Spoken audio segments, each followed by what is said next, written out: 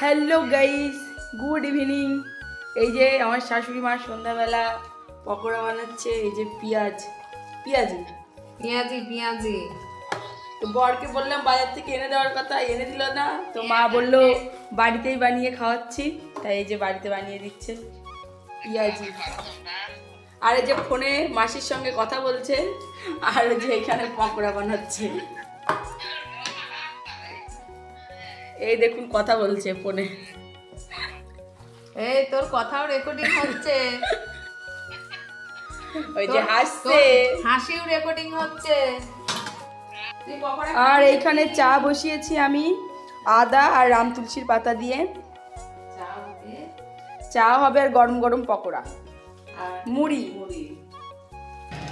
এই যে বন্ধুরা ভাজা হচ্ছে, তেলটা একটু কালো, আপনারা অ্যাভয়েড করবেন, কারণ এটাতে আমরা চাল কুমড়ো চাক ভেজেছিলাম জন্য